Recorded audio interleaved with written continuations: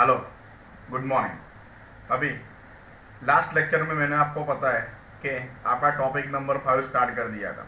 Topic number 5 में भी first short note मैंने ऑलरेडी आपको दे दी है। तो फर्स्ट शॉर्ट नोट आपकी कौन सी थी? तो फर्स्ट शॉर्ट नोट थी आपकी लाइन ऑर्गेनाइजेशन स्ट्रक्चर। ओके, तो लाइन ऑर्गेनाइजेशन स्ट्रक्चर में दो पार्ट थे। कौन से दो पार्ट थे? तो उसमें फर्स्ट टॉपिक था pure line organization and second topic था डिपार्टमेंटल लाइन ऑर्गेनाइजेशन। ओके, वो लिखा होगा आपने। ओके, तो आज आज के वीडियो में या फिर आज के लेक्चर में एक short and simple short note में चलाऊंगा। ओके, तो टॉपिक नंबर 5 हुई है, उसका क्वेश्चन नंबर 2। तो कौन सा क्वेश्चन नंबर 2 है? चलो देखो, तो कौन सा टॉपिक है? तो देखो, line and staff organisation structure. कौन सा है? लाइन ऑर्गेनाइजेशन स्ट्रक्चर तो लास्ट लेक्चर में समझा, वो तो है ही, बट यहाँ पे एक वर्ड ऐड हुआ है, स्टाफ। स्टाफ मीन्स यहाँ पे आपको लेना है स्पेशलिस्ट। स्टाफ मीन्स क्या लेना है आपको? ध्यान रखना, लिख लेना। स्टाफ मीन्स यहाँ पे आपको लेना है स्पेशलिस्ट। स्टाफ એટલે સ્પેશિયાલિસ્ટ તમે લેશો। ઓકે, ધ્યાન રાખજો। Line and staff organization structure is to a pattern in which staff specialist advise line manager to perform their duty। ध्यान रखना, line and staff organisation structure एक ऐसी पैटर्न है जहां पे स्टाफ दैट मीन स्पेशलिस्ट को स्पेशल रिक्रूट करते हैं। ओके, किसके लिए रिक्रूट करते हैं? तो स्पेशलिस्ट पर्सनल हो गए ना, तो स्पेशलिस्ट पर्सनल अपने जो लाइन मैनेजर है दैट मीन्स डिपार्टमेंटल मैनेजर है, उन लोगों को स्पेशली एडवाइस देने के लिए उन लोगों को रिक्रूट करते हैं। किसको? स्टाफ को या स्पेशलिस्ट को।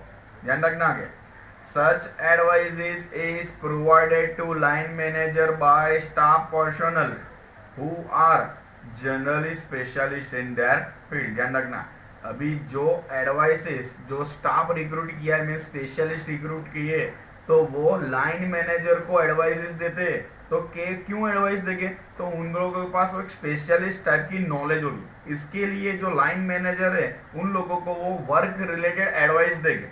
मीन्स कैसे वर्क करना है आपको, कैसे कहाँ किसके पास कैसे काम निकलवाना है, कौन सी पैटर्न से कौन सी मेथड से वर्क करना है, वो सब स्पेशलिस्ट एडवाइस देंगे। कौन? तो staff person means staff employ means specialist लोगों ने जो रिक्रूट કર્યા છે એ લોકો line manager that means departmental manager હોય એને સ્પેશિયલી એ લોકો એડવાઇસ આપવાનું કામ કરશે, ઓનલી એડવાઇસ આપવાનું।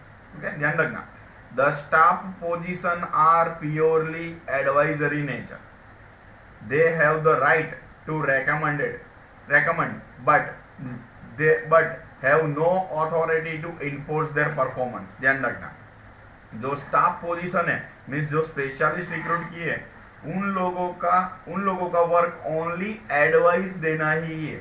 मीन्स जो डिपार्टमेंटल मैनेजर है उन लोगों को ओनली एडवाइस देने का काम वो लोग करेंगे, दूसरा कोई काम वो लोग कर सकते नहीं है। दैट मीन्स समझो कि वो एडवाइस देके ऐसा नहीं कर सकते कि मैंने आपको एडवाइस दी मैंने आपको एडवाइस दी दैट मीन्स आपको कंपलसरी वर्क करना ही है।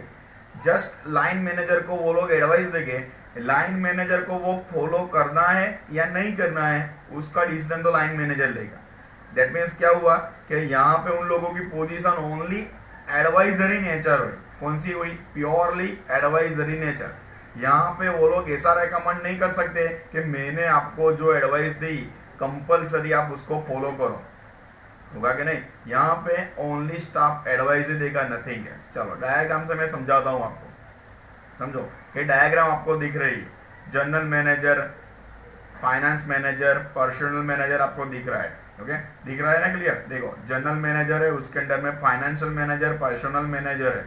यहाँ पे जो secretary and public relation officer that means PRO, वो दोनों के दोनों कौन है? तो वो स्टाफ है। स्टाफ दैट मीन्स स्पेशलिस्ट कौन है? दोनों के दोनों स्टाफ दैट मीन्स स्पेशलिस्ट। तो लाइन मैनेजर कौन इसमें से? तो जो फाइनेंस मैनेजर, पर्सनल मैनेजर, इसके आगे भी बहुत सारा आ सकता है। देखो नीचे है प्रोडक्शन मैनेजर, मार्केटिंग मैनेजर, ये सब आपके कौन है?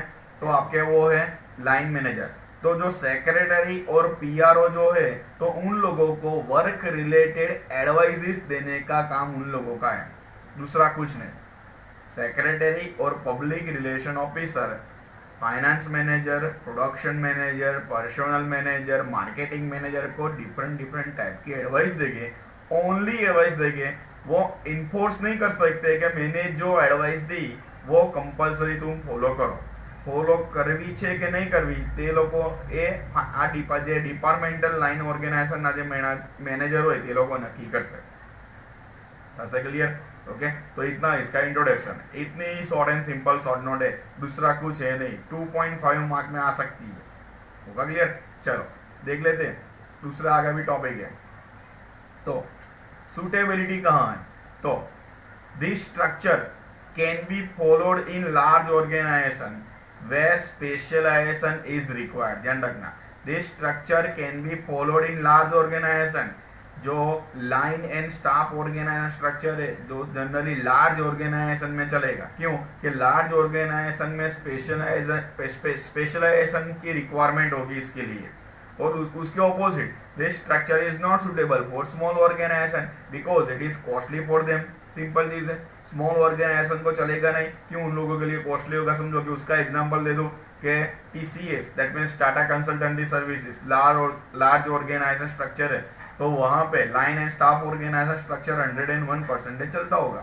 जबकि कोई भी दूसरा स्मॉल ऑर्गेनाइजेशन में स्मॉल बिजनेस करने वाला होगा तो उसको स्ट्रक्चर चलेगा नहीं। क्यों? कि लोगों माटे कॉस्टली થઈ જાય, લોકોને આ પરવડે નહીં। दैट मीन्स लार्ज ऑर्गेनाइजेशन माटे line and staff organisation structure complete काम करશે, बट જે સ્મોલ ઓર્ગેનાઇઝેશન હોય મીન્સ સ્મોલ સ્કેલ પર કામ કરતા હોય એ લોકોની માટે આ સ્ટ્રક્ચર કામ કરશે નહીં।